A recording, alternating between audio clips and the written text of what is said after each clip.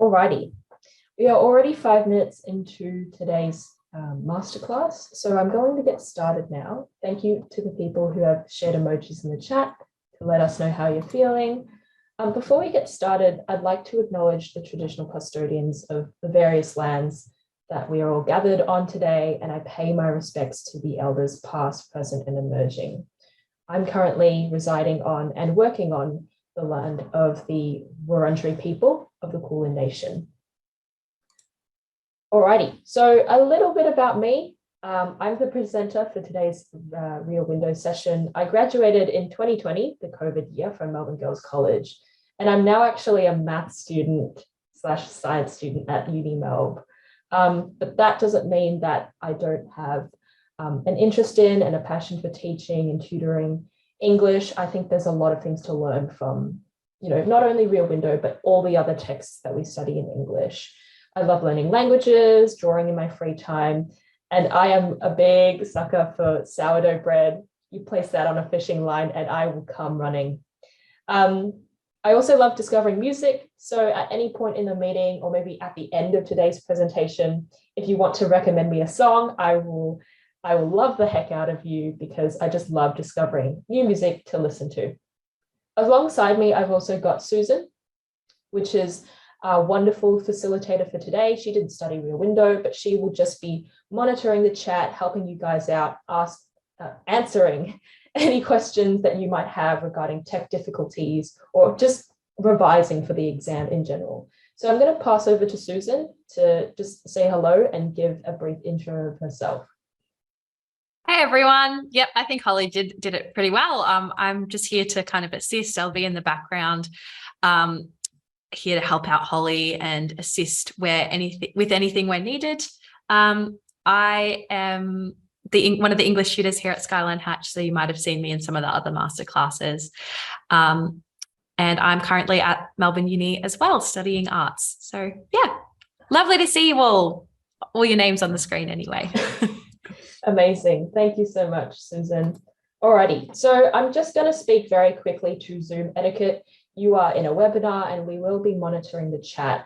And for most of today's presentation, unlike kind of past exam revision sessions like the one on English during the holidays, we'll kind of mostly be using the Zoom chat today for questions and also participating in activities and questions that I pose to you, people in the chat.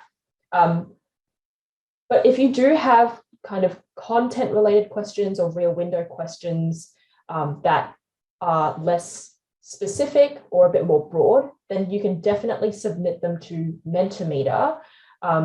Someone will pop the code in the chat below, so you can go to menti.com and submit your questions through there. But for the most part, I want to hear your ideas today through the Zoom chat, and I'll give you instructions.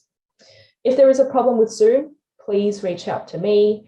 You can reach out to Susan or Azia or anyone from the team as well, because we want to help you out. Alrighty, I can see that a few people have already asked this question in the chat, and I'm going to just get this out of the way and address the big question.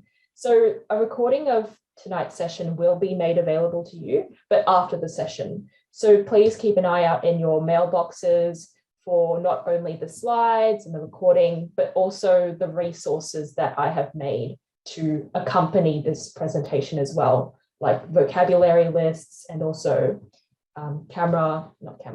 film techniques as well. Some notes that I kind of made in year 12 that I want you guys to have. Alrighty, so this is the session outline.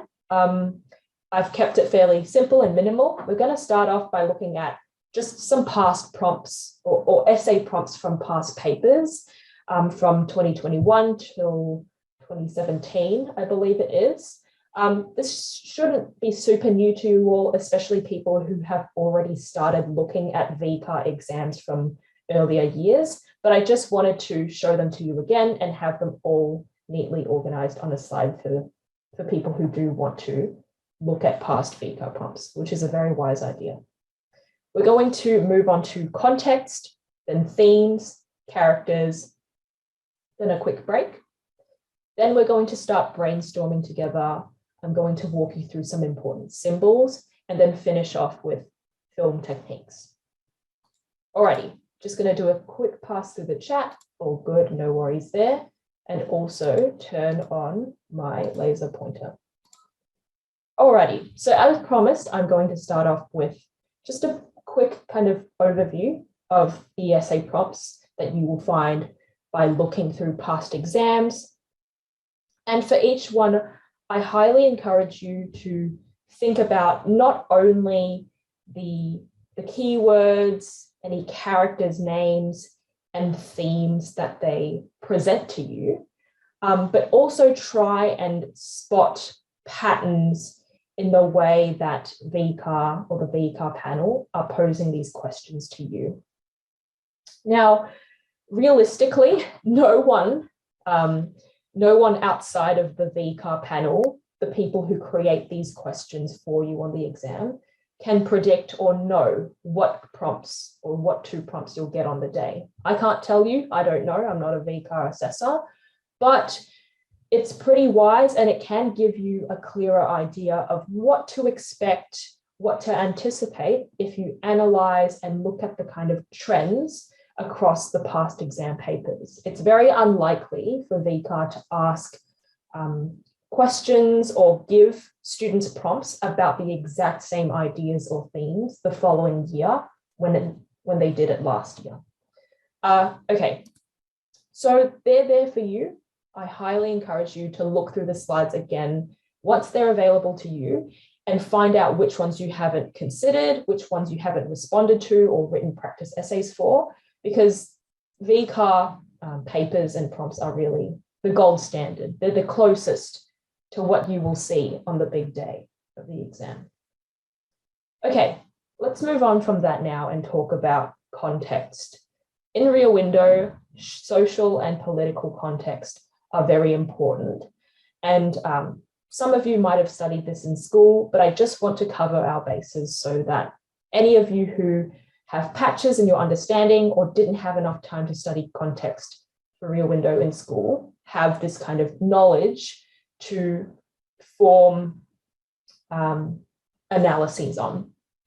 So around about the 1950s in America, there was this grand kind of fear of communist influence in the States. And this really led to a lot of tension and heightened political repression from the government. And what resulted from this was that Americans could only prove their loyalty to the country by offering other people's names to the government and go, this one, I believe my neighbor might be spying on us. I believe these groups of people or this person over here is a threat to our country. And it really fostered this large and pervasive sense of suspicion that really dominated the daily lives of Americans. And so how this kind of relates to the film is in a very subtle way. Throughout Rear Window, no one ever mentions communism. No one ever mentions the Red Scare.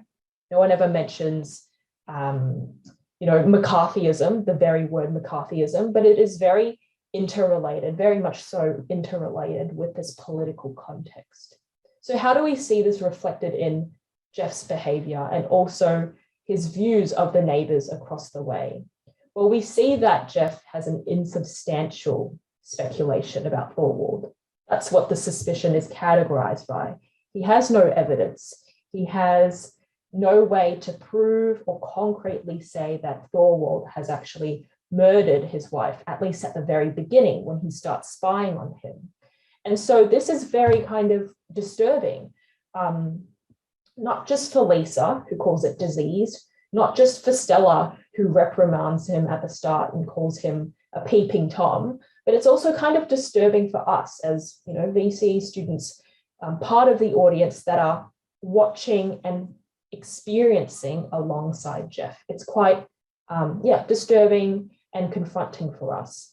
But it's also reflective of the social strife in 1950s America, as thousands of people accuse their neighbors for things like treason and subversion without any formal evidence.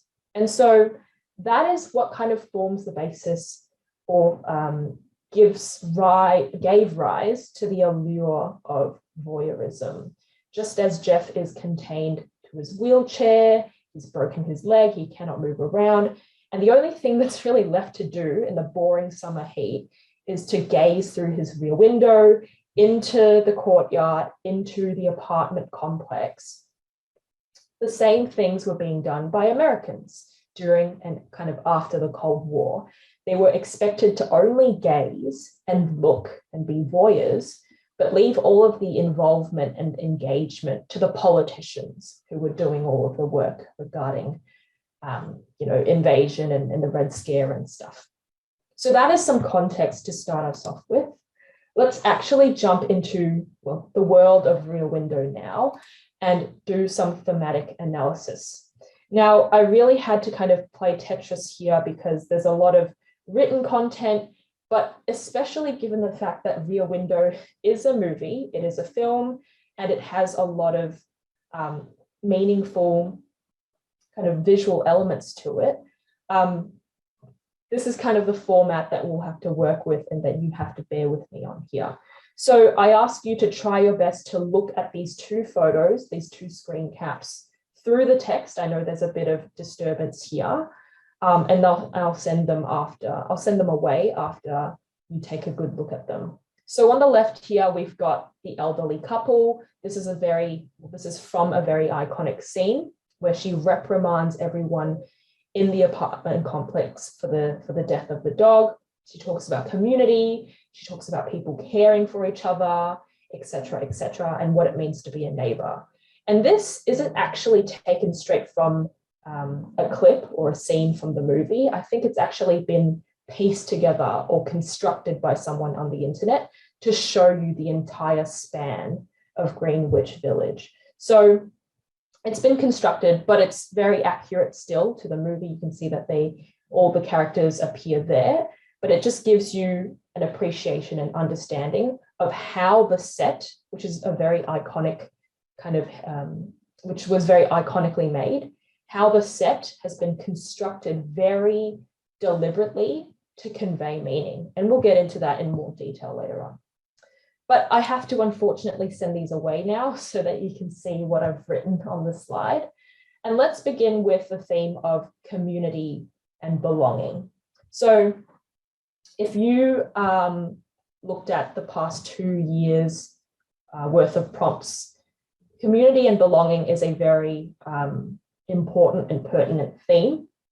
And it appears and is presented by a lot of the questions, many of the questions on the final exam.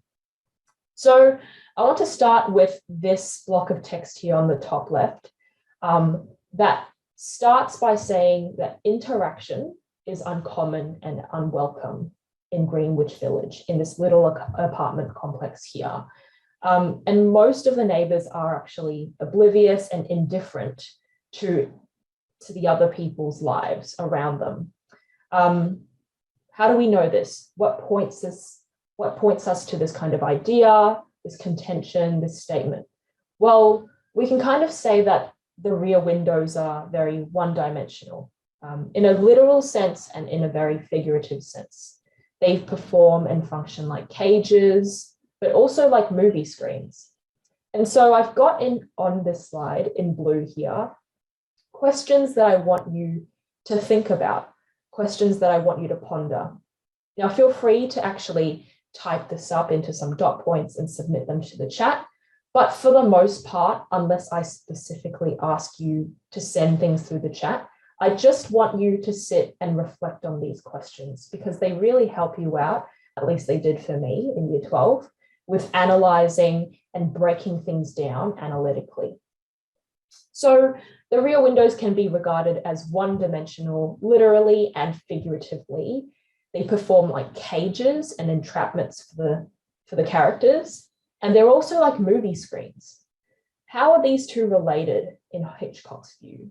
I mean, cages and movie screens kind of perform similarly. They restrict them, they kind of dehumanize them, and really reduce them to really rudimentary figures.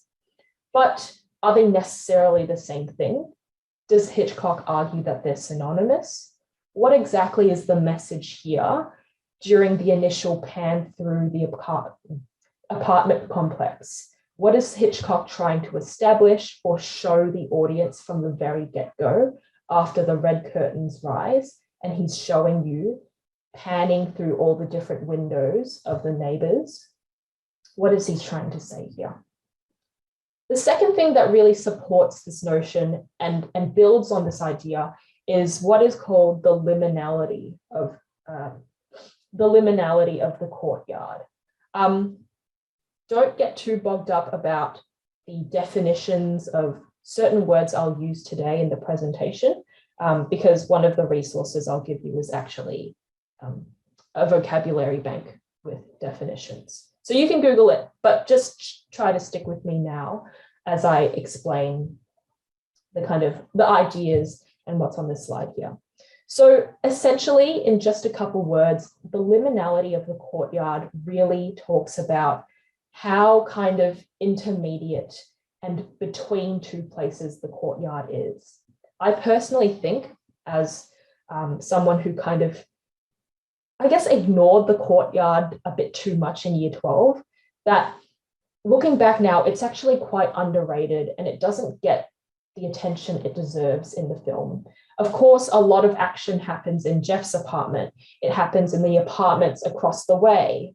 But the courtyard is kind of an intermediary location / space for lots of different things to happen. People usually kind of go through the courtyard to leave the complex. And we know that Thorwald exits his apartment through the courtyard to dispose of his wife's body. So really, when we kind of zoom out and think of the courtyard as a whole, it really is a place for very tragic and sinister occurrences to occur. It's a place for conflict. And I also want you to think about the physical distance that it kind of poses between Jeff and the subjects, the neighbors, the residents, but also the emotional distance. The physical distance is quite apparent. It's very clear and easy to see, but the emotional distance is what I think is more kind of worth your time, or something that when you think past the physical kind of meaning or limitations of the courtyard, this is something you reach that is really worth your time when writing about community and belonging in essays. And so here's another question I want to pose to you that I think you should be asking yourself about the courtyard and how it's a liminal space. Does this affirm or deny classic American ideals about neighborliness and community?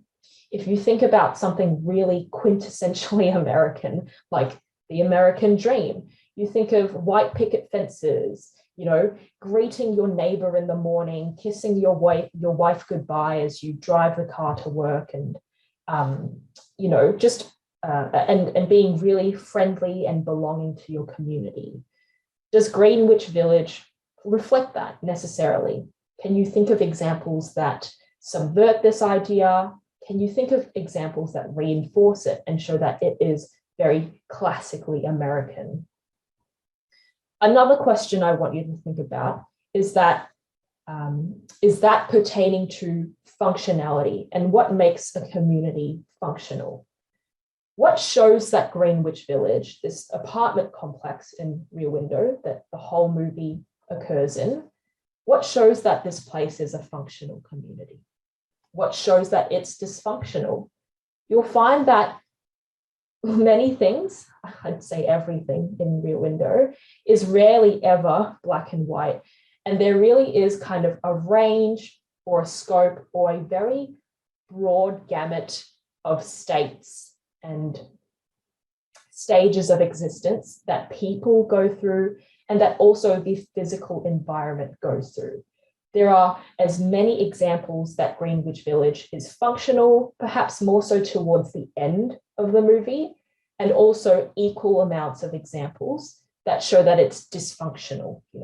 Thorwald telling the elderly woman, the sculptress, to shut up and go away when she's just trying to give him some advice. There's lots of examples of antisocial behavior and disconnection between these people. I also want to speak briefly to this kind of idea of the paradox of high density living. Now, if you remember back to that slide where I gave you a brief rundown of the political and social context of Rear Window, this is something that has a lot of connection and a lot of relevancy to that historical and social context. Apart from the Red Scare or the rise of communism and McCarthyism, around the 1950s in America, there was also this kind of urbanization that was taking place. Lots of high rises and apartment buildings were kind of being built and showing up, and people were living in them.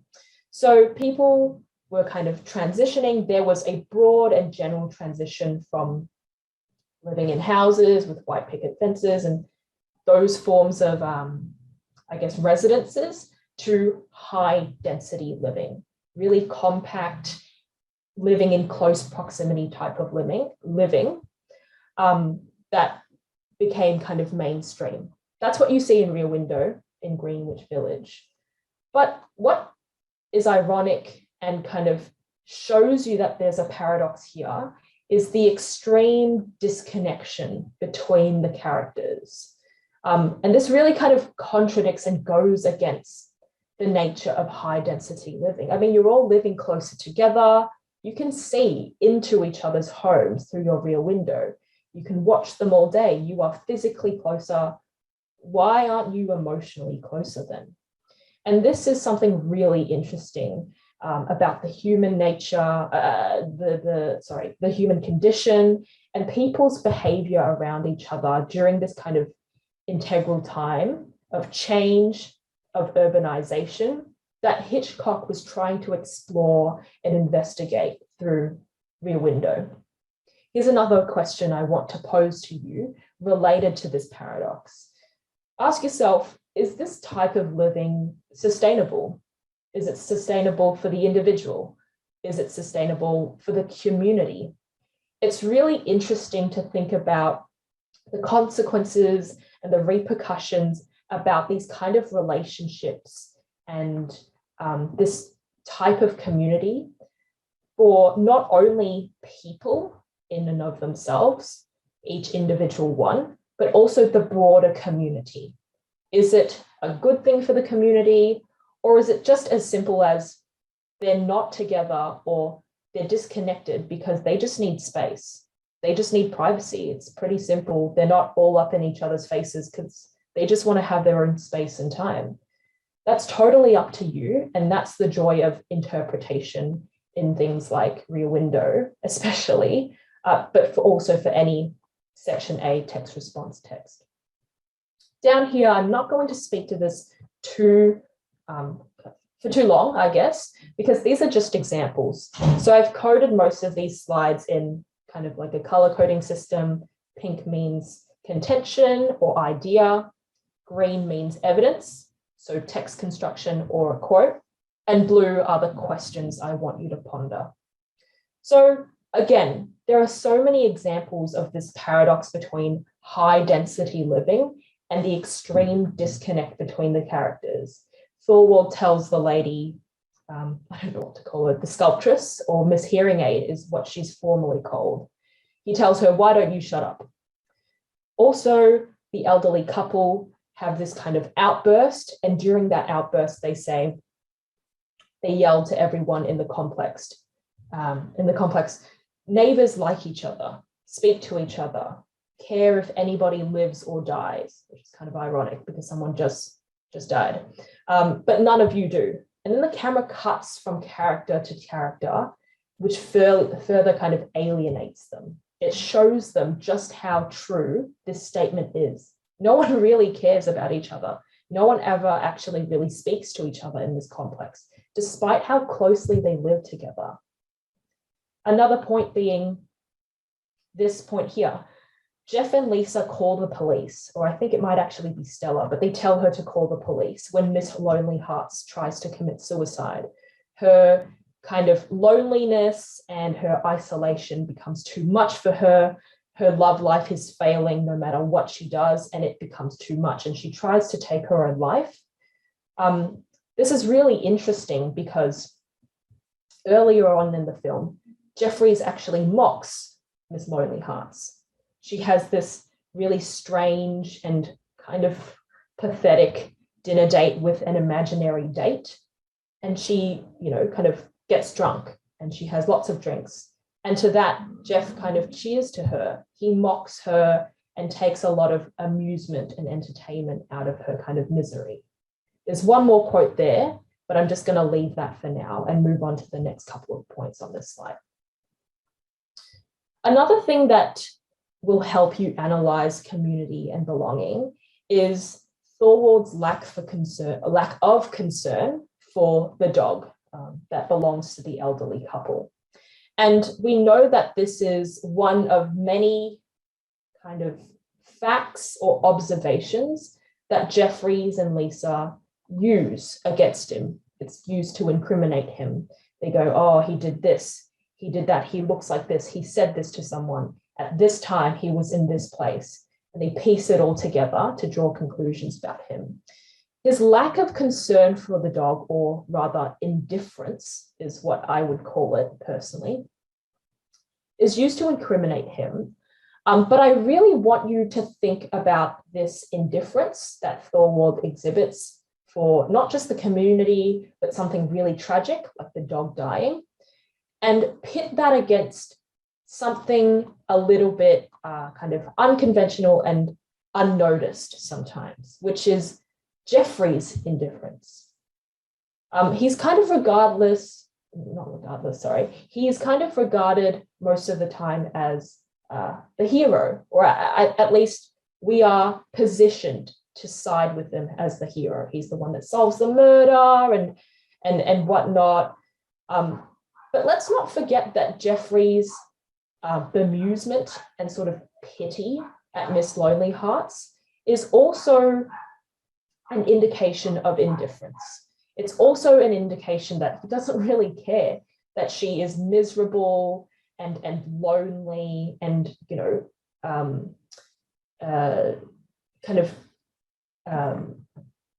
so desperate for a love interest and again really miserable every night.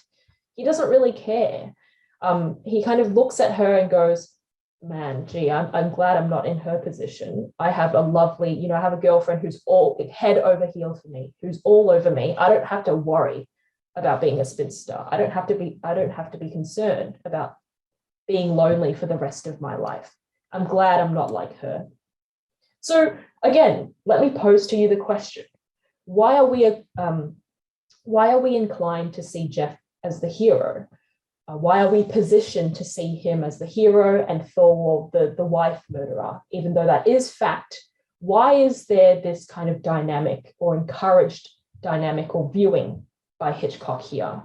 It's really interesting when you stop and reflect about the double standards, about antisocial behavior, because when you really kind of see past the depiction of each character, Thorwald looks like a really classic, big and burly, never smiles, is always very looks very sinister type of villain.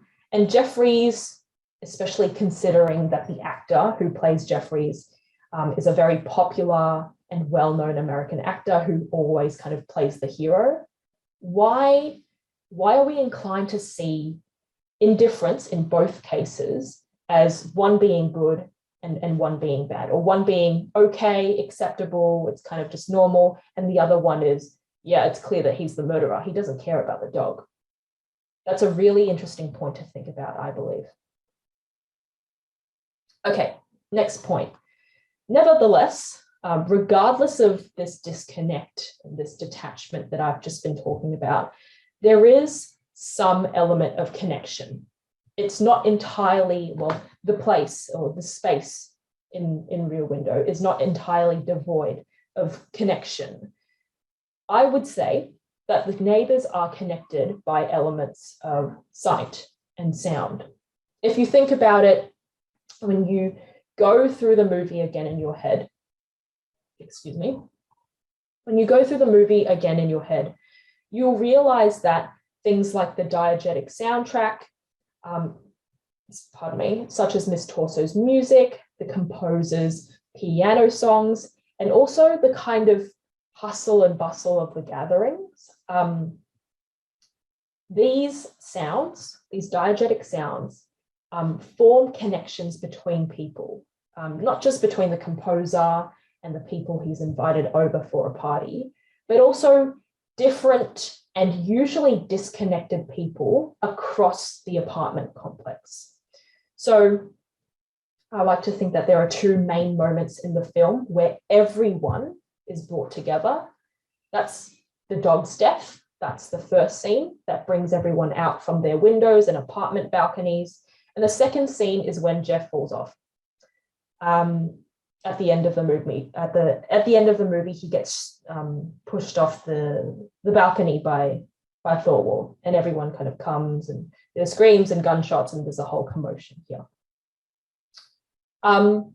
So yes, Thorwald's scream in the dead of night, or his yelling, and also maybe just yelling, just a combination of screams, is what also alerts Jeff of the possible murder and of other people coming to see the kind of altercation.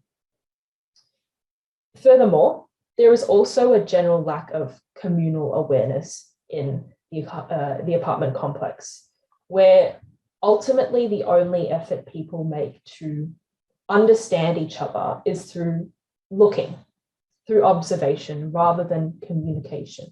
And so this is what I think personally, I think this is personally a really good grounds or basis to open up a discussion about what does it mean to have empathy? What does it mean to understand the people you live with, your neighbors, supposedly these people that you are supposed to have a bond with?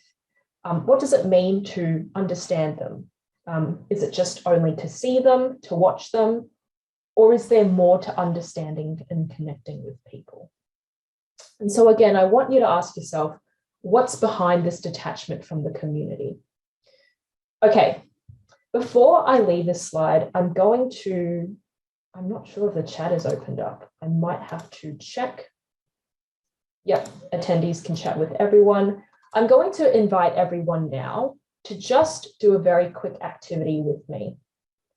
And what I want you to do is head to the Zoom chat and describe the microcosm of Greenwich Village, this apartment complex in Rear Window, in 3 different words.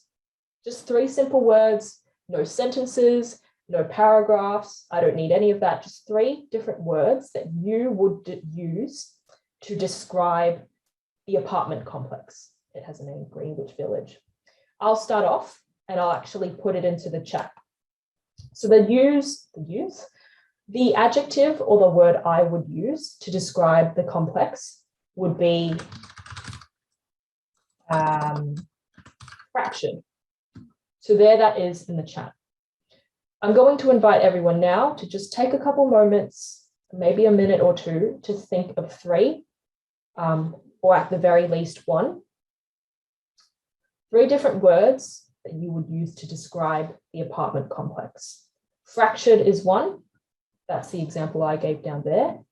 Now let's see if we can think of some more. Head to the chat and let me know what you think.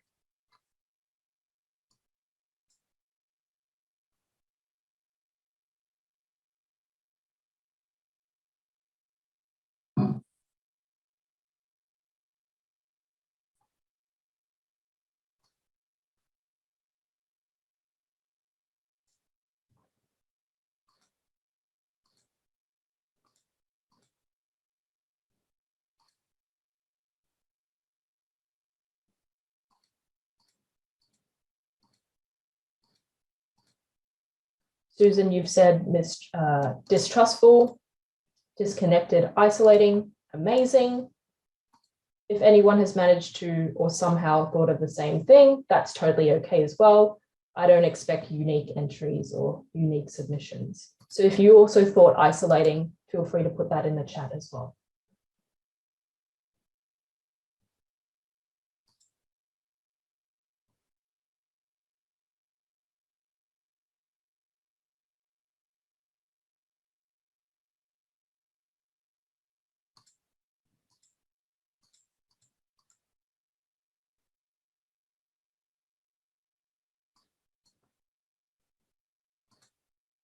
Think about how Hitchcock has laid out physically in terms of the set design, in terms of the actual physical space in Rear Window.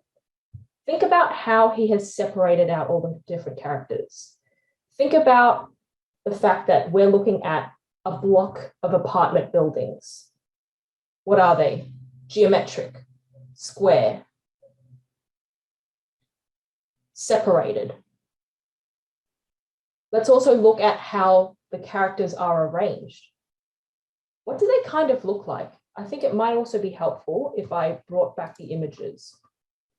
You'll have to kind of see through the text, I apologize. Look into the windows, look into the windows, look at each of the windows and also how things are framed around these characters as a whole.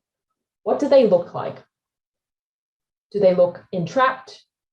Do they look encaged, imprisoned? Do they look like they're in little boxes? Give me a couple words to describe the physical space here. We've got a good submission in the chat. Tam has said hypervigilant, alienated, and estranged.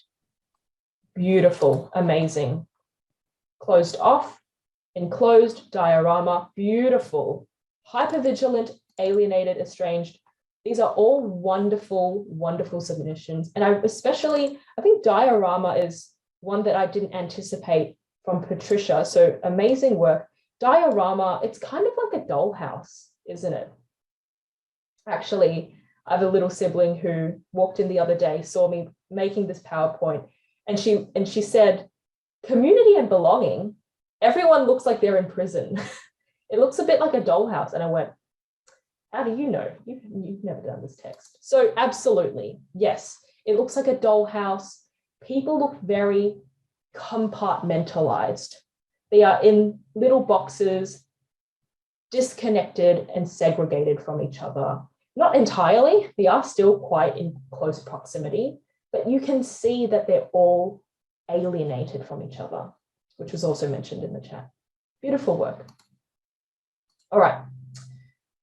That's enough about community and belonging. I'm going to talk about loneliness and isolation now. Again, pardon me for the kind of wonky layout of the text in front of the image, but I really wanted the visuals here to give you context and to give you material to analyze in addition to the notes and the explanations here. Okay, so I like to think that community and belonging, the previous and the first theme, is very much tied in with loneliness and isolation. So the text, Rear Window, argues that residing in a community is no protection against loneliness, and many of the people whom Jeff observes and whom he observes seems isolated and unfulfilled as a result. We can see very clearly that Miss Lonely Hearts is frustrated and also incredibly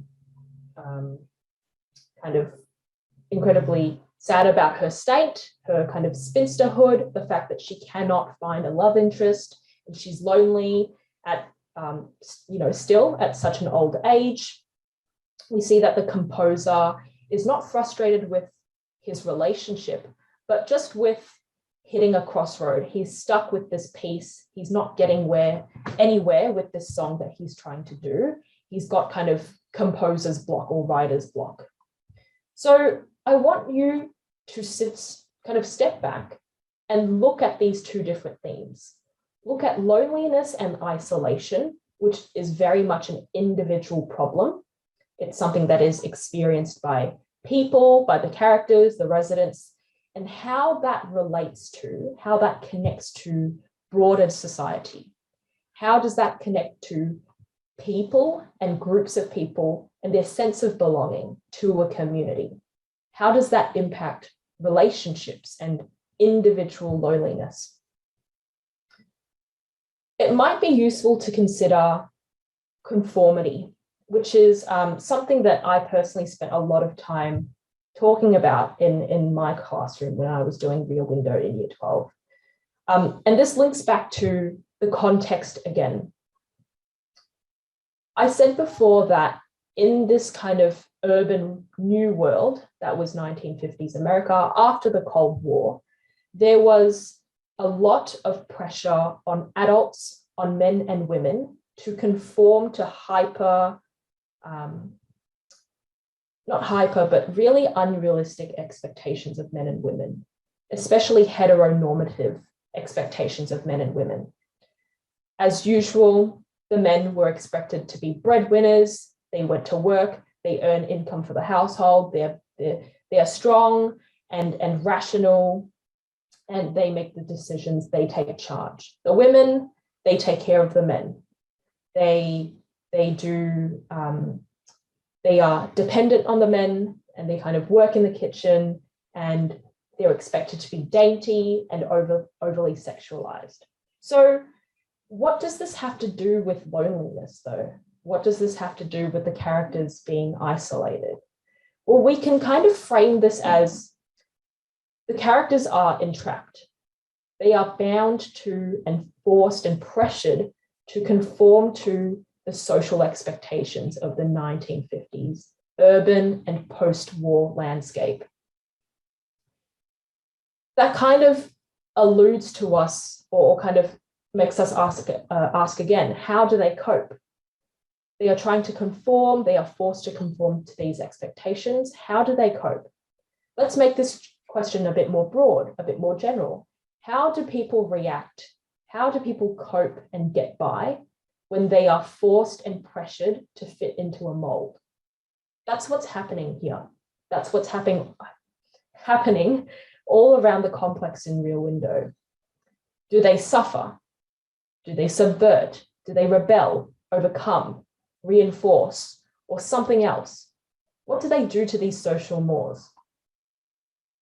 Another really useful thing to think about is its tie and relationship to happiness. Loneliness, isolation, and happiness are not synonymous. They're not the same thing, but they are very much related, not just in Rear Window, but in a more contemporary or kind of outsider context. I'd argue that individual happiness and stable relationships in Rear Window engender solidarity in the wider community. As portrayed in the film, only the people who show empathy or better their personal relationships and improve them can actually belong to a community. Let's take Thorwald, for instance. He murders his wife. He does not make any effort to show empathy. And he also does not better his personal relationships. He murders his wife. But let's look at other couples. Let's look at other pairs of characters, or just singular characters in Rear Window. The sculptress shows a great deal of friendliness, although we don't see too much of that. She's quite friendly and amicable. Other neighbors, especially Lisa and Jeff at the start, are a bit tense, and they have a rocky relationship. But by the very end, they show that they can belong to a community and belong to their relationship by bettering it for each other and resolving that kind of personal conflict. So what can we make of this? What's the ultimate message or moral message here? You could say that Hitchcock therefore tells or alerts to the audience of the reliance of unity on interior amity and the inevitable need to put something into communal relationships in order to get something out of them. And that's essentially just saying, to have good relationships in the outside, exterior, external world, things need to be good and smooth running on the inside, in your more intimate, personal, and kind of romantic or familial relationships. For anything to start improving on the outside, you've got to fix things from the inside out. That could be one way to interpret it. Another thing I'd like you to, another thing I'd like to kind of add into that, just very briefly, is that there are indelible and very clear flaws in communal living, but there is also the value of community involvement. These things might seem to people to contradict each other or to go against each other, but I would argue that they don't. Communal living is not perfect, and you might find lots of examples by the end or throughout the film that kind of epitomize or support that. But at the very end, Hitchcock does argue that there is value of community involvement, regardless of kind of however it's carried out or what kind of medium it occurs through. Another thing I'd like to add is that Rear Window, especially on the topic of loneliness and isolation, can be thought of as a criticism. Just going to move my window over here. It can be thought of as a criticism of the consumerist world that America became after the Cold War. People were commodified, and again, like I said before, really kind of pressured to live up to consumer ideals, just as the characters in Rear Window are. The residents and the people across the way, and also their relationships, became hollow. They became really two-dimensional. They became artificial. And you can think of some examples. In fact, I'd like you to now head into the Zoom chat again and think of some examples and maybe counter examples. Again, it's a very, very wide scope. It's a bit of a spectrum here. Nothing's ever black and white. But think of some examples as to how people or how characters in Rear Window are hollow. How do we know that people in Rear Window are dissatisfied? How do we know that they are unfulfilled? What kind of evidence tells us this? How does Hitchcock point us to the fact that these people are living artificial lives and not really being who they want to be?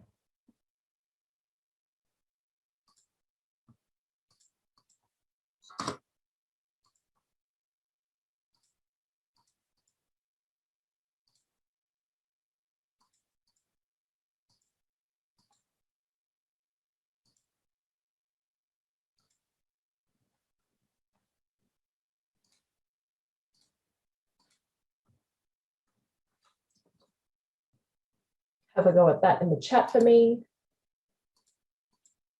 I'd love to see your ideas.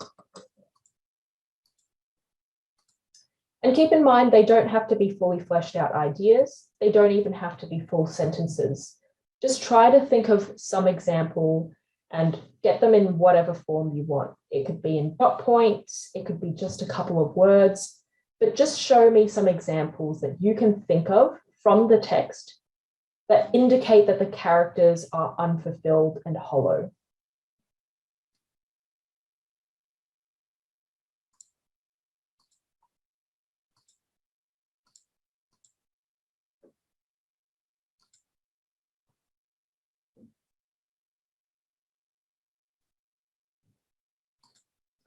Patricia, you've said in the chat, we assume that the characters look at the others' lives for entertainment rather than their own.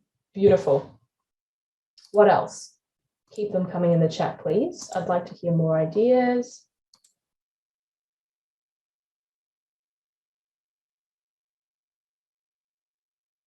I could be off the mark here because obviously I didn't study this text, Holly. But with that, you know, Jeff looking at other people for his own entertainment, maybe because he's a bit dissatisfied with his life, would you say like the fact that we very clearly see his broken leg, that can kind of be a symbol of that? Absolutely. Not so much being two-dimensional and artificial, but definitely unsatisfied. Absolutely, definitely. Jeff is a prime example of this because he's constantly running away from Lisa. He has this wonderful girlfriend who is, you know, too perfect for him, allegedly, quote unquote, that he keeps on running away from. And so at the very start and kind of towards the middle, yes, he is quite hollow and their relationship is quite hollow. He's constantly running away from her and not trying to address or address her needs or show her any intimacy. And really, that can be attributed to these same consumerist ideals and also the commodification of people after the Cold War. He doesn't feel like she's the right one for her. She lives too perfect and too glamorous of a life. She belongs to that rarefied kind of atmosphere of Park Avenue. He's a photographer that roams around the world, eats kind of sloppy meals and gets in danger all the time. They just don't fit together. And so you can see that his kind of judgment is also clouded and distorted by these consumer ideals. He is also inclined to think that they're not for each other, they don't belong together, because she's hyper feminine and beautiful and perfect and walks around in designer. He walks around in kind of like cargo pants and very unglamorous clothes and very kind of masculine and adventurous and action kind of related clothes and attire. Okay, last point I'd like to talk about here on loneliness and isolation are about the notion of temporary relief. So the social gatherings that Miss Torso has with the men that she invites over to her apartment, and also the composer, the regular parties that he throws in his apartment, seem to throw their own isolation and the isolation of others into a very sharp but temporary and fleeting relief. It does make them feel less lonely in the moment. You could say that it makes them feel better in the moment. But ultimately, at the end of the day, you can see that these parties seem to be about surface level happiness or surface gaiety rather than meaningful, lasting, and fulfilling companionship. I mean, at the end of the film, we see that Miss Torso doesn't actually get together with any of the people she invites over. She actually has a sweetheart who returns from the war called Stanley, who actually kind of subverts a lot of the expectations we have of her. She's this beautiful blonde bombshell. We kind of expect her, and Jeff expects her to get with someone who is of similar kind of form or stature or appearance as her, very tall and very traditionally masculine. But Stanley, the one that she's in love with and that she actually has a meaningful companionship with, the one that she doesn't feel lonely with, is not who we expected at all. And so this is also kind of supported by Jeff's carelessness and his unneighborliness, this kind of temporary relief that people try to distract themselves with. Jeff's carelessness, his indifference, his unneighborliness kind of epitomize the comfort of seeking the flaws in other people, of judging other people across the way, of looking at them through his telephoto lens, because at the end of the day, they comfort him. They relieve him of the pressures, of the conflicts within his own life. He can kind of run away from them by judging other people, looking at Miss Lonely Hearts and going, gosh, what a pathetic person. I'm sure glad that I'm not in her position. She's the poor thing, and looking at Miss Torso and going, oh, she's a very superficial person. She's a queen bee with her pick of the drones. She probably lives this way. We judge others to escape our own problems. And I've said here in the very last sentence, they solace him. They solace him by diverting him, and also kind of Lisa, both of them, I guess, from the imperfections in his relationship. Alrighty, that was isolation and loneliness. I'm going to talk about another theme now, voyeurism. So I'd like to begin talking about voyeurism by kind of separating out the topic or the theme into two frames or two lenses. There's voyeurism in the top context of kind of McCarthyism and also suspicion, and also the audience being voyeurs, the vicarious participation that the audience have. But there's also another side to voyeurism, which is very gendered. It's about the male gaze. objectification of women and kind of deconstructing females through a very androcentric lens. So, excuse me. So on the topic of voyeurism, on the theme of voyeurism, Hitchcock argues that although voyeurism is unconsented, it's an unconsented and unreciprocated transgression, it also is natural. And there's this really cool, funky word that I learned in year 12 called inexorable. Again, it's going to be in the vocab list, but inexorable, that means unstoppable. Natural, unstoppable, and widespread aspect of the human condition. It's inevitable. It's not always good. It's not always ethical or moral or anything like that, but it is natural. We all do it. How do we know this? What supports this notion? Well, at the beginning, pardon me, at the beginning of the film, there's a helicopter that flies by and lowers itself and hovers over the apartment terrace where two women are sunbaking naked. This shows that there were voyeurs, or the people in the helicopter were spying and peeping at these women. Another example is when Gunnison, who was Jeff's editor and friend, calls him and explains that Gunnison, he snooped on his colleagues, which is how he caught the publisher with his secretary, and this whole kind of bombshell / controversy kind of thing was leaked or made aware. We also know about how contagious voyeurism is and how natural it is when Lisa and Stella, who initially deplore and condemn Jeff for spying on his neighbors, they slowly become interested too. They slowly sink into the case like he has. They become intrigued and also really invested in the murder case like Jeffries was from the very beginning. I also want to note, and this is probably the most important point and one that you can really milk in your essays, that the audience is also participating in Jeff's voyeurism. This is a very Hitchcock thing. Hitchcock makes a lot of, Hitchcock's movies are very psychological, and especially Rear Window, it's very much about the human condition and what motivates us and how we behave in certain scenarios and given certain, I guess, stimulating factors.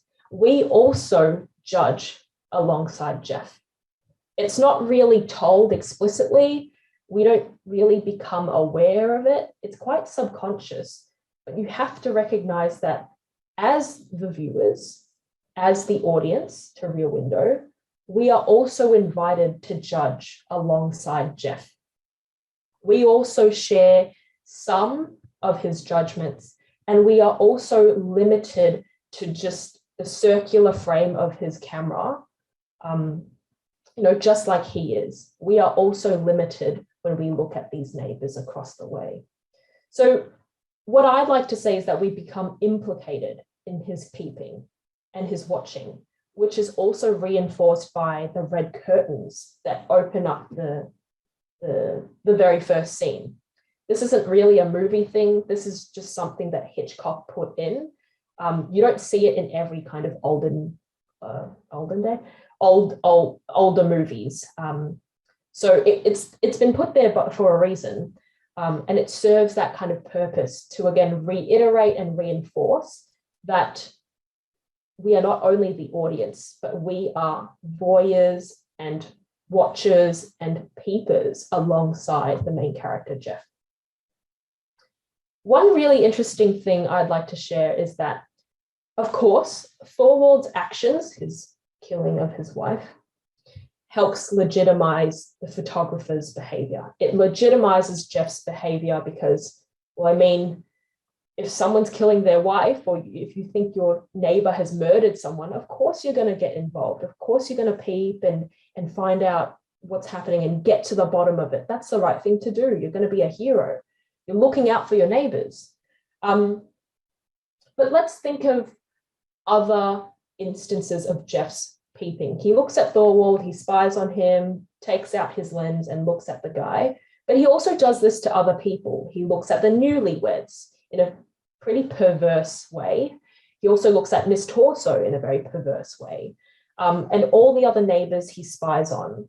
And Stella calls this window shopping.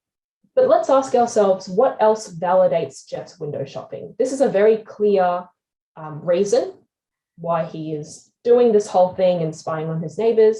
He thinks Thorwald has murdered his wife. But that doesn't really justify why he's looking at Miss Torso the way he is. That doesn't justify why he's making comments about, what she's eating and how she's behaving and who she has over. So what else validates or justifies Jeff's window shopping? And the answers will actually illuminate kind of his intentions and the morality or the kind of ethics behind Jeffrey's spying and looking at his neighbors. Another thing I want to mention, as I said before, is that you can think of voyeurism in terms of the male gaze. So Lisa wants Jeff to look at her. She's in love with him. She wants his attention. She wants to marry him, despite the fact that he doesn't want to marry her. So not only is she giving him permission to look at her, she is gratified by him looking at her, by his gaze, by his admiring male gaze. And she constantly exhibits herself to him. I mean, you can tell it from the way that she is lit up. She has an ethereal, angelic presence and appearance. I mean, the actress is literally a princess. She's a princess. Fun fact, she's the Princess of Monaco. And I was shocked to find that out after year 12. But that's besides the point. Lisa is an exhibition. She is a spectacle for Jeff, and she makes herself so. So think about how this ties in with gender roles and gender dynamics. Why does Lisa kind of turn herself into a spectacle for Jeff? Well, clearly because she wants validation. She wants him to admire her. She wants to prove herself to him and show him that not only can she be elegant and dainty and a socialite and refined and beautiful, but she can also be adventurous, like he is as a photographer. She can go out into the world and work on this kind of puzzling case with him and help him gain leads as his girlfriend. And this kind of really reflects the broader prevailing gender dynamics of the 1950s. Like kind of classically, the active and independent male is the holder of the gaze. He is the gaze. Or the gaze represents the activeness and independence of the male. And then you have the other side of the coin, the passive and dependent female, who is the object of the male gaze. But let's think about how this idea is explored and how Hitchcock either supports or goes against this kind of idea in Rear Window.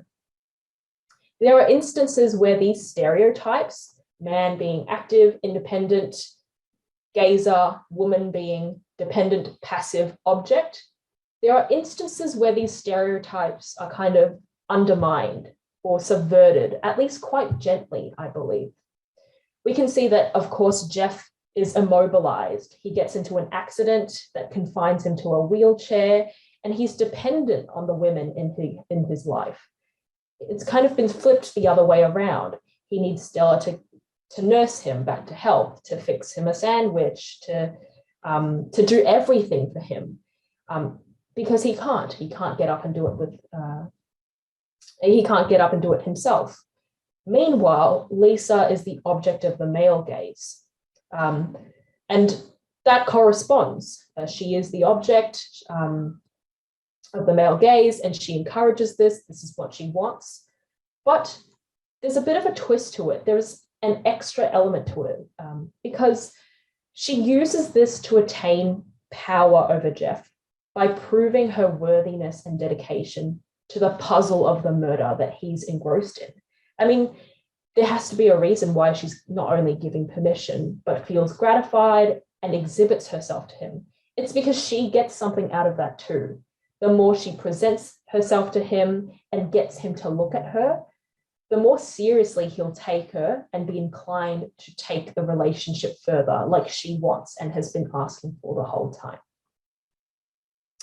Finally, I want to explore this element, which is kind of represented by a quote from Thorwald. When he comes up to the apartment, when Lisa enters Thorwald's apartment, he figures out that he's being watched. And there's that really like intense penultimate scene, that's what it's called, penultimate, where all the tension that's been building up is released. There's that penultimate scene where Thorwald looks at Lisa's ring, or his wife's ring on Lisa's hand, and then slowly looks at the camera. He looks at us, he looks at Jeff, and in a very confronting and furious and kind of indignant way. He storms up to Jeffrey's apartment. He breaks into his house and Jeffrey's freaking out. He's doing the whole thing. He's like, oh my gosh. And Thorwald, instead of attacking him from the very get-go, asks him, what do you want from me? This is the first time we ever get like a front face-to-face kind of interaction with Thorwald. The first thing we hear him say to kind of us, the camera, to Jeffries, is the words, what do you want from me? What is it you want? Do you want money? Etc., etc. And of course, Jeffries responds with silence. And essentially, this moment shows a new side to Thorwald. For one, we can see him up close properly. It illuminates a whole new dimension of the character, not just physically, because we see him up close now rather than far away.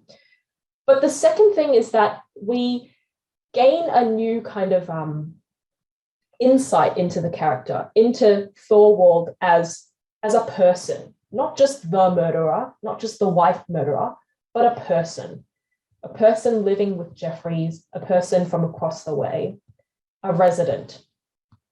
And so secondly, Hitchcock has chosen to make him question Jeff desperately, rather than just kind of punch his lights out from the very get-go, for a reason. Would you argue in this scene, and this is a very interesting one, I believe, would you argue in this moment when Thorwald asks the question, would you personally argue or think that Thorwald is kind of victimized here, slightly?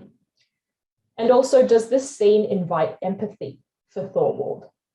For most of the film, we are inclined to think and go against Thorwald. He doesn't really have many redeeming qualities. He's rude, he is antisocial, he's very intimidating and sinister looking. He looks like he's scheming something most of the time. But here we see a new side to him, at least very slightly. And so do you personally think that Hitchcock is trying to make us sympathize with him? Keep in mind that I'm saying sympathize, not empathize, because I hope that none of you here today are empathizing with a murderer. But to sympathize for him means to feel sorry for him, to really kind of see him beyond what he has been kind of categorized and presented as, and see him as someone who perhaps is maybe misunderstood. Keep in mind that we only get a glimpse into Thorwald's relationship with his wife in very sparing moments.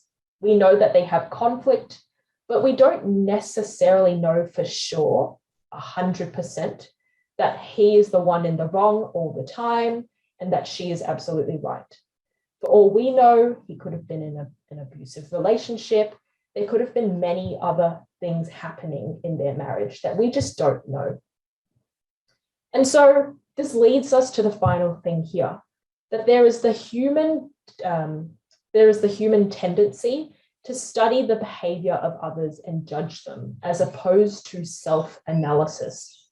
We are always constantly picking at and going back to what other people are doing, how they look, what they say, how they behave, where they were at what time. Jeffries does it, and a lot of kind of other characters that have been kind of infected with his voyeurism show and demonstrate too. Another element to this is asking about yourself, our tendencies to study the behavior of others and judge them. How are we encouraged to see people alongside Jeffries throughout the duration of the movie? Because that is something that Hitchcock was trying to do as well. All right, on to gender roles. And I've spoken quite a few, I've spoken quite a lot about gender roles already, kind of here and there in past slides. So I'll go through this one fairly quickly. So in Rear Window, the gender roles are quite static. They are quite rigid and unmoving. They are, for the most part, set in stone. But there is one character, Lisa, who really turns the tables around and, pardon me,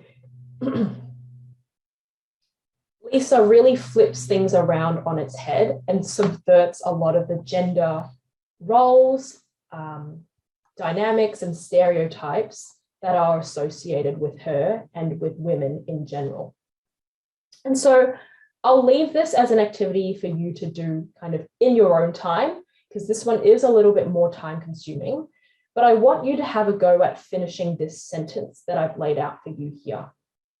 This requires a lot of your interpretation, a lot of your own kind of opinions and personal takes on the film. So it does require you to really sit, reflect, and ponder. And it goes like this. In the world of Rear Window, XYZ is a prerequisite to being a man or a woman. You can do this for men or women. I encourage both. But think about how women and men are pushed and really encouraged to behave and think and feel in the world of Rear Window, keeping in mind the historical and social context of the post-war urban world of 1950s America.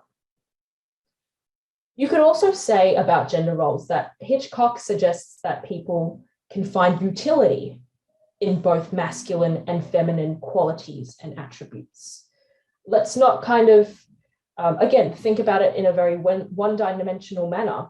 Let's not say that, oh, being masculine is the best and being feminine is the worst because of this and that.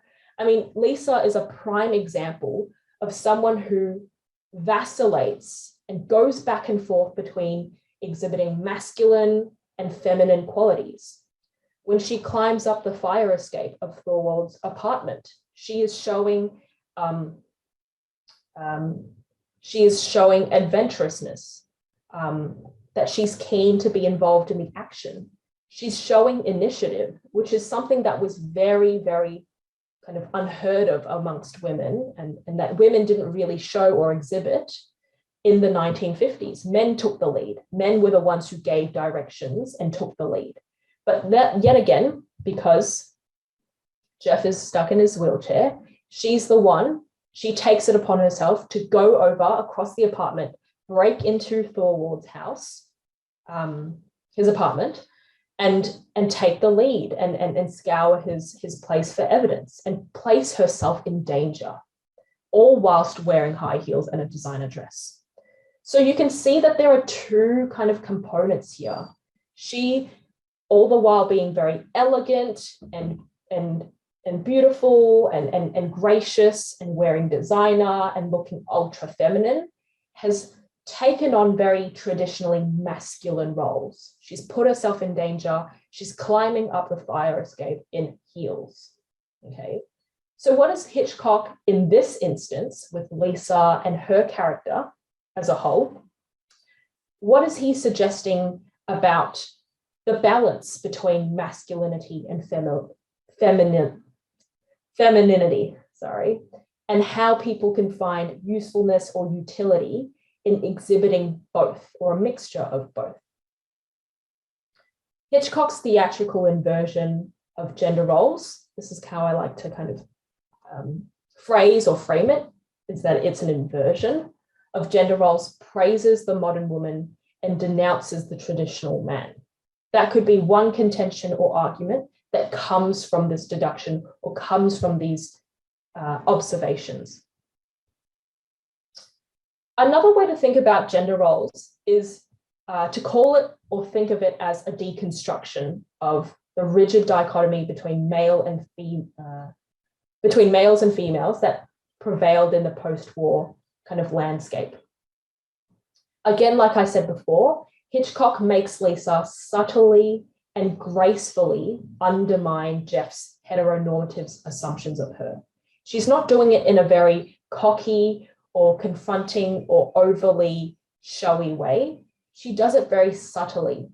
When she stays the night and tells her, I'm going to spend the night here, she packs a really minimal and kind of elegant and a very minimal and elegant overnight pack. But she's also taken the lead there. She's decided to invite herself over to stay the night so she can work on this thing with Jeff and to kind of achieve her way with him. Like I mentioned before, she climbs up the fire escape in heels. And another thing is that she's very sexually forthright with Jeff. She tells him what she wants. She lays herself on his lap. She cuddles him. She kisses him. She does all of that to really spell it out clear for him that she is pursuing him. She's serious about him. She wants to take the relationship to the next level. Usually, traditionally, the man does this. He initiates the things. He takes the relationship to the next stage. And the woman just gets kind of pulled along and kind of swept away to the next stage with him. But she is the one doing what usually a man would do here. Now let's talk about gender typecasting. Typecasting, just to give it a very brief definition, is when you essentially typify or cast people into kind of pre-made or predetermined molds. A very kind of common and popular example is the dumb blonde, Regina George from Mean Girls, Barbie, maybe, but the kind of very quintessential archetypes that people always put onto it or attribute to other people.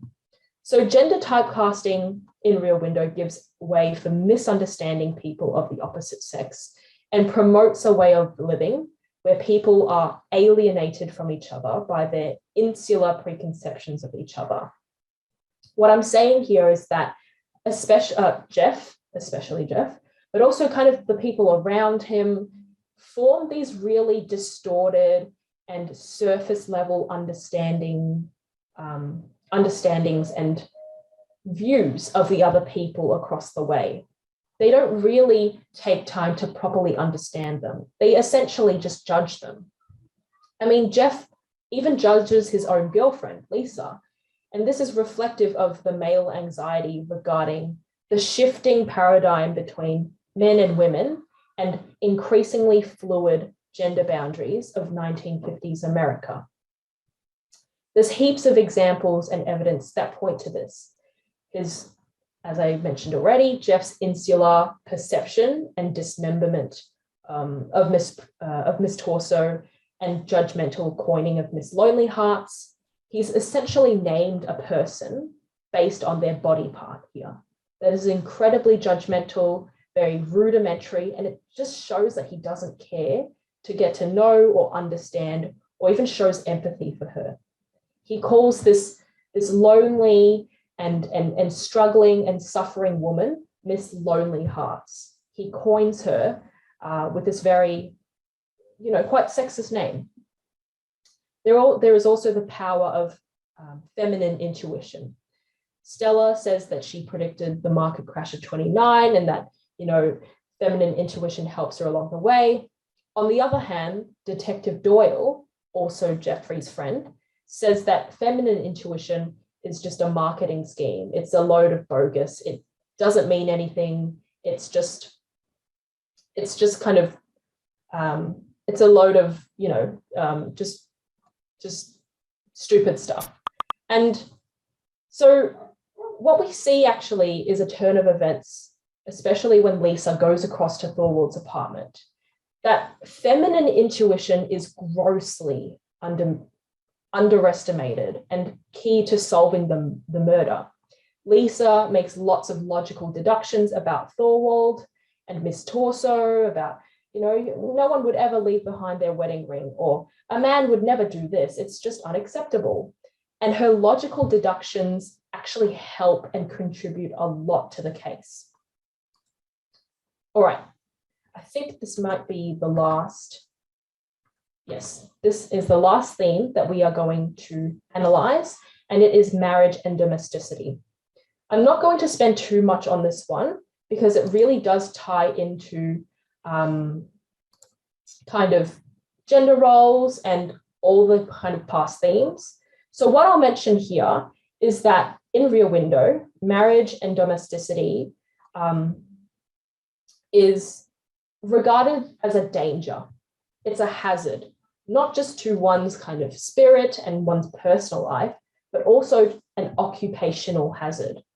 Jeff says that, oh, once I get married, I won't be able to do my job anymore. It'll kind of bring me to a halt in terms of my professional life. I won't be able to go and travel the world and take photos anymore. I'll be a dad and I'll have to take care of the family. I'll be bound to a nagging wife. It's a trap. It's trouble, he says, quote unquote, at the beginning. And also we see that Stella, she has her own opinion on modern relationships. She says that, or she believes that it's become so complicated and overanalyzed that you can't tell the difference between a petting party and a civil service exam. And again, this links back to post-war expectations of men and women. Another interesting thing to think about the Thorwald couple and Jeff and Lisa about marriage and domesticity is that they are reflections of each other. The married Thorwald couple and Jeff and Lisa each have a carer and an immobilized person. Jeff is stuck in his wheelchair. Mrs. Thorwald is stuck in bed. She's sick and needs caring.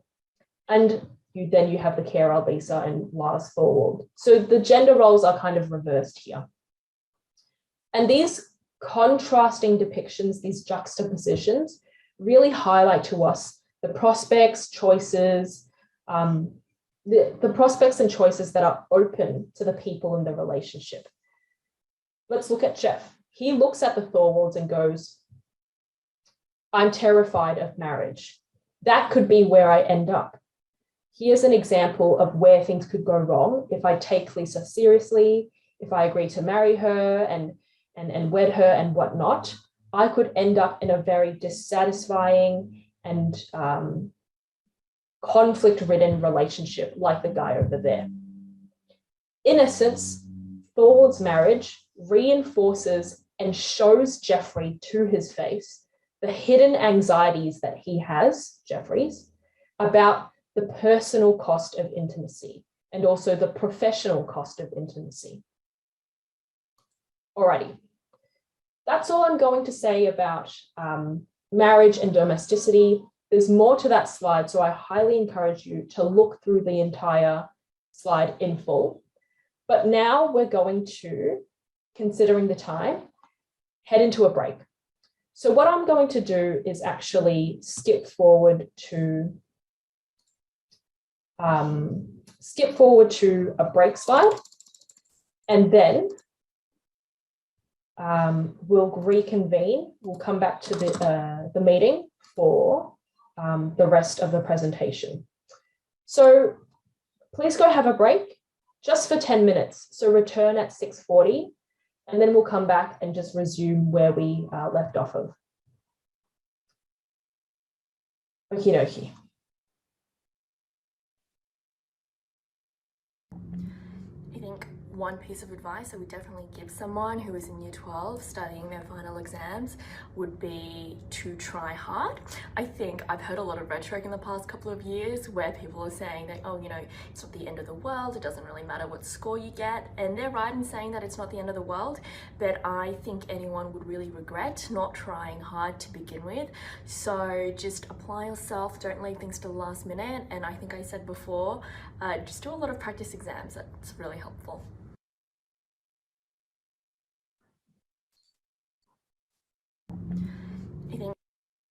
Alrighty. I hope everyone had a very restful break. Just checking if, yep, we've got some people kind of hopefully streaming back in. All right. Since there are no questions in the Mentimeter Q&A, I will just go straight ahead with the PowerPoint and the content. Yeah, please feel free to send any kind of questions related to Rear Window or just studying for Section A in general on the exam, my way, our way, through the Mentimeter. So what I'm going to do now is actually lead into a portion of the slides, the presentation, where we do some brainstorming together. Now, I've picked out a key scene and also a key quote that I think are really integral in Rear Window and that deserve some close analysis. And what I mean by close analysis is when we essentially pick apart a scene or a screenshot or some sort of element of the film and really try to deconstruct and analyze it in a very detailed manner, very closely. So as you can see here, I've got a screenshot from the scene, the penultimate scene, where Thorwald looks right into the camera. This is a very important moment, not only because it exposes Jeffries, but also because it exposes us, the audience, to kind of to Thorwald, I guess, in a sense. And so you can see here that he looks slowly over to the camera, and he does it in a very confronting and accusatory way. He looks ferocious, he looks very menacing, and we are, of course, inclined to get a bit of a fright at this moment. So I want to kind of look past this initial description that I just gave you, just to get you updated in case you're not familiar about where this comes from. Look past this initial description that, yes, Thorwald's looking at us, he's looking at Jeffries, he's angry, he's about to go into his apartment and attack him or whatnot. Because this scene, especially this shot, is so important because it reveals so much about the idea of voyeurism, our complicity in Jeffries looking and spying. And it also is the one moment, or the first moment in the film, that really exposes the looker to the viewer. I think a lot of the times we see voyeurism as this kind of tool of power. And I'll actually write that down on the board here. But I want you all to start thinking alongside me about what this scene indicates and what Hitchcock is trying to represent through this very iconic kind of lensed shot of Thorwald here. So we usually think that voyeurism is a tool for power. It's used as a tool to dehumanize, to really strip people of their power because you are spying on them without their permission, without their knowledge, and to kind of reduce them to things. It's to gain the upper hand against them because they don't know, they have no clue that you're actually looking at everything they're doing. To gain the upper hand. Really, the other side of voyeurism, or the kind of secondary element to voyeurism, is that not only does the onlooker get to have that upper hand and look at the subject, voyeurism can also expose the looker. It can make them vulnerable to being looked back at After all, this is exactly what's happened here. For most of the film, Jeffries has had no problem going undetected when spying on Thorwald and his neighbors. We do it too, although we do have that benefit of being kind of not in this world and being just the audience. But this moment is where that kind of gets flipped on its head. Thorwald finally looks at Jeffries. He sees him. The subject looks back in this moment. And that is integral. That is so crucial to the development of so many ideas in Rear Window. And so I want you to work with that idea, work with what I've just told you, and tell me some of the things that the audience are inclined and positioned to feel in this moment. We feel scared, yes, but what else? Confronted, I guess bewildered. Do we maybe feel a little bit ashamed as well? We've finally been caught. We've been caught red-handed. The subject is looking right back at us. Do we feel ashamed for our actions? Do we finally recognize, wow, we've been looking at this person the whole time and judging him. We thought we would go unnoticed, but here we are, we've been caught now. What is going through our minds? What is going through Jeffrey's minds? And what is Hitchcock trying to illustrate about the ethics of voyeurism here? Is he saying it's good? Is he saying it's bad? Or is it a mixture of both? I'd like to hear your ideas in the chat.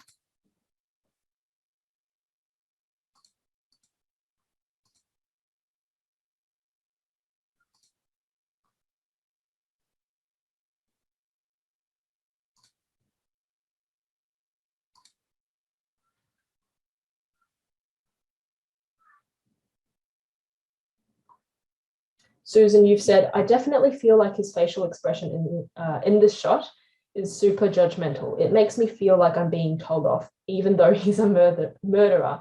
Yes, absolutely. Judgmental and very reprehensive.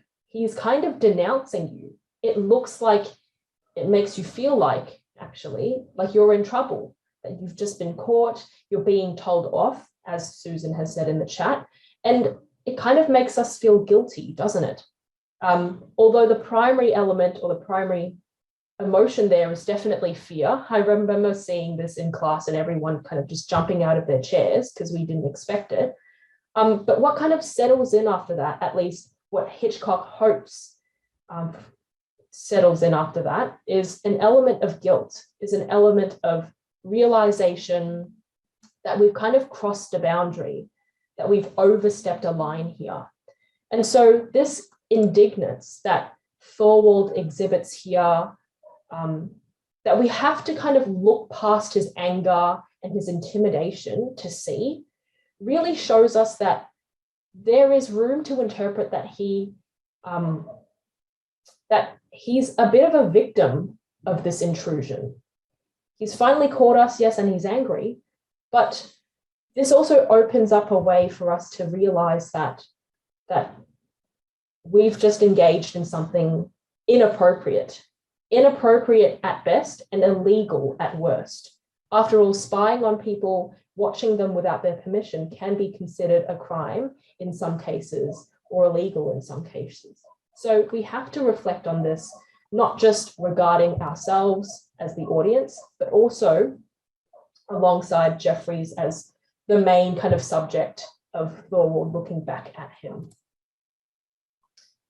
Susan, you've also said that the vignette seems to really symbolize the reversal of power, like he's looking back down the camera lens at us. Absolutely, absolutely, beautiful.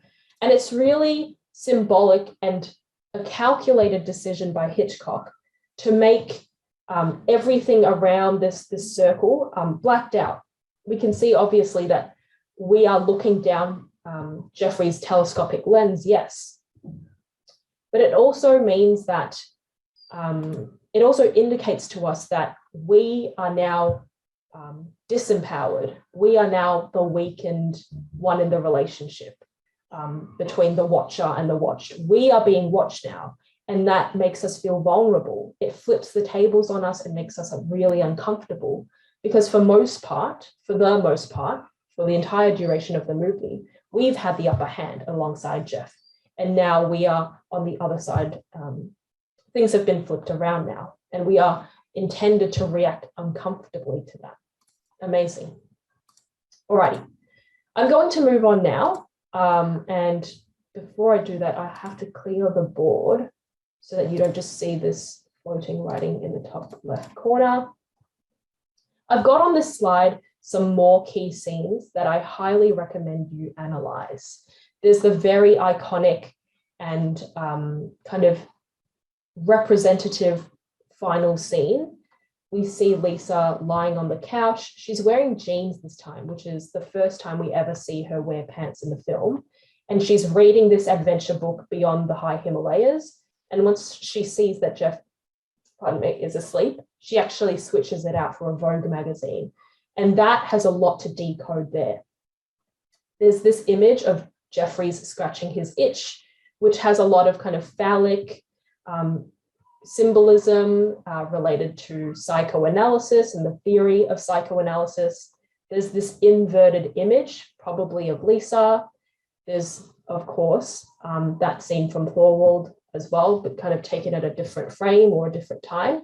And there's this very integral section, a scene from the movie here, where the neighbor, the elderly couple, the dog owners, have their outburst and reprimand everyone in the complex.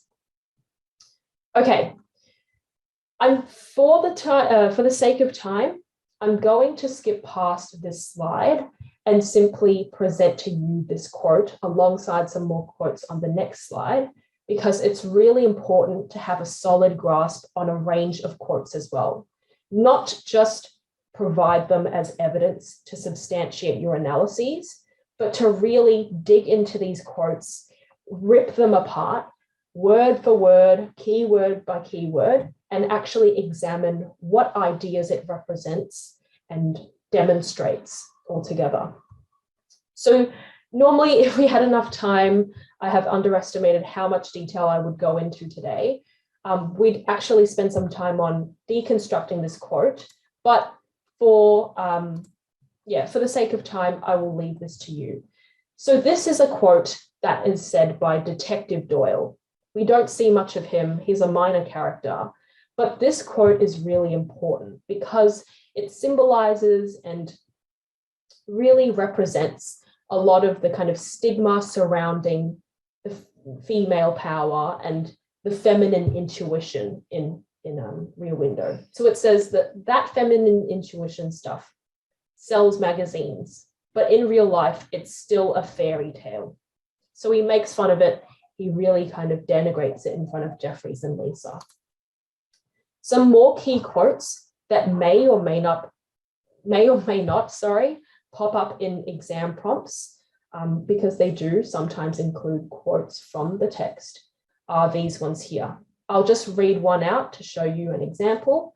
And that is this first one here. What people ought to do is step outside their house and take a look in. And this is said by the character Stella.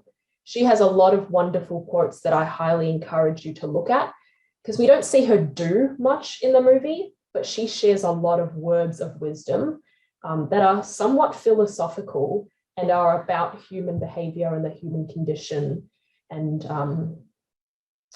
kind of the human psyche, I guess.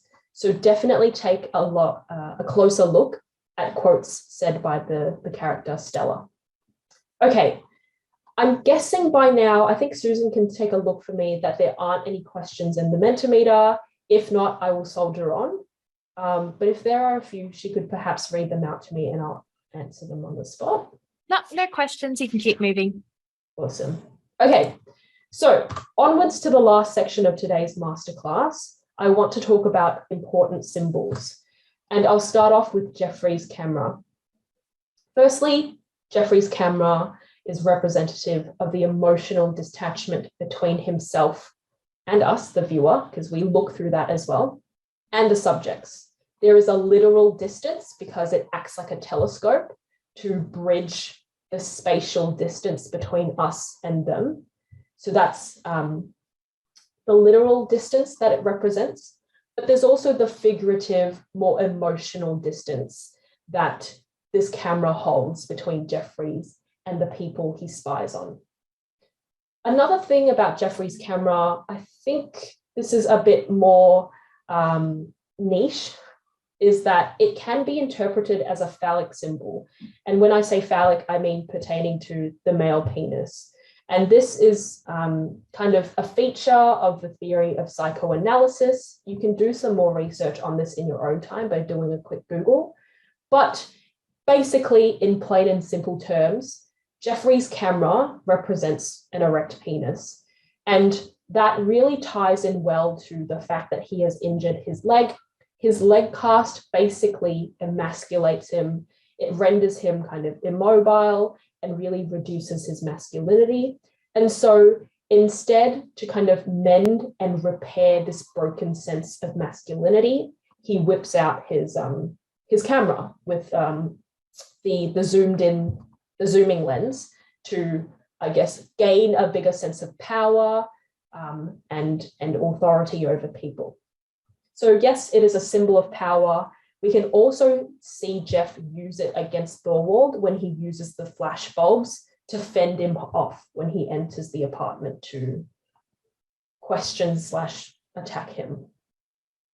Another thing about Jeffries' camera is that it is a tool used to judge, reduce, objectify, and dehumanize. I mentioned this before, but you need to think a bit more about this and ask yourself questions like, who is reduced? How are they reduced and objectified? What does this tell us about the culpability of looking, especially when he goes from looking with his eyes and then he reaches for a more efficient and specific tool like a camera lens? Is the camera more or less restrictive than Jeffries' eyes alone? And consider zoom versus scope for this one. Yes, we get closer in on the people because the lens lets us zoom in now, but that is kind of counteracted by the scope. When we see with our eyes, we have peripheral vision, but we don't have the depth. We cannot reach that distance. We need something to zoom in. But once he uses the lens, he loses scope. We only see things through a really small kind of circular lens, and everything else is blacked out. So that's something to consider. The next symbol I would like to talk about is Jeffries' cast. And really, it symbolizes his frustration and his impatience to get back to work. Another thing it kind of is emblematic of his cast is his impotence. Obviously, we see that it renders him kind of useless and convalescent throughout the entire film. But ask yourself this question.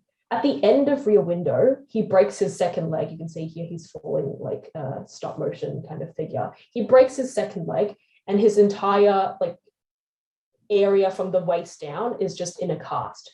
And so he becomes even more kind of immobilized and injured by the end of the film. But think about how frustrated he is now. I mean, surely he's broken a second leg. He's going to have to stay at home in the wheelchair for even longer. Does he still seem as frustrated as he was in the beginning? Does he still seem eager to escape and get out and about and back to his job? Is he still dissatisfied? A testament to his dissatisfaction at supposedly being in a midlife crisis is again another thing that this cast of his exhibits. At the start, you hear that he's on the radio, the person asks, are you over 40? Are you a listless man? Are you tired of the nagging wife? It really represents the cast, kind of his dissatisfaction and lack of fulfillment at this stage of life right now. Okay, last kind of tidbits on the dead dog is that this is one of the rare moments in the film where a really critical and penultimate, I guess, event is not shot through the camera perspective. We actually see it through a normal lens, not Jeffries' camera. We see detailed, expressive, and also intimate close-up shots of Miss Torso and Miss Lonely Hearts. And this humanizes them. It allows us to actually properly see and understand them for once. Although the dog dying is tragic, it is only one of only two events in the entire movie that brings people together. And we see that people congregate to their balconies to see what is going on. Another thing is that the dog acts like a catalyst. It's a bit of a wake-up call, and it is accompanied by the dog owner's kind of call or outburst. And it really opens people up to the idea of no one here is actually a neighbor. No one here actually speaks to each other or cares about the other person. And so overall, it really thrusts them into a tense and confronting moment, not just the characters and Jeff, but us as the audience. Here are some more important symbols. Again, these will not leave or go anywhere. They are in the very slides that you will have access to. All right, now I'm going to wrap up and actually check the chat for, yep, we've got some wonderful links circling around in there. Beautiful, amazing. So as Susan and Azia have put in the chat already, we would absolutely love it if you could give us some feedback on tonight's session. Let us know what went well, what didn't go so well, and what you want to see more of in the future, because we are very much testing and trialing out these sessions for you all. You go into a draw to win a $50 voucher, and that will be announced shortly after tonight's session. So click on that link if you are interested in, of course, giving feedback and also going in to win a voucher. And another thing I'll actually say is that alongside the PowerPoint, I'm not sure, I hope you all see this Word document now. Someone give me a thumbs up or thumbs down. Anyways, I'm assuming... We actually can't, sorry, Holly. Oh, my apologies, everyone. Really exposing myself to you all as a not tech-savvy person tonight. Okay, hopefully you can see my doc right now. But alongside the slides, alongside the recording for tonight's session, you can also anticipate to see some resources in your inbox. So this is a Rear Window vocabulary bank.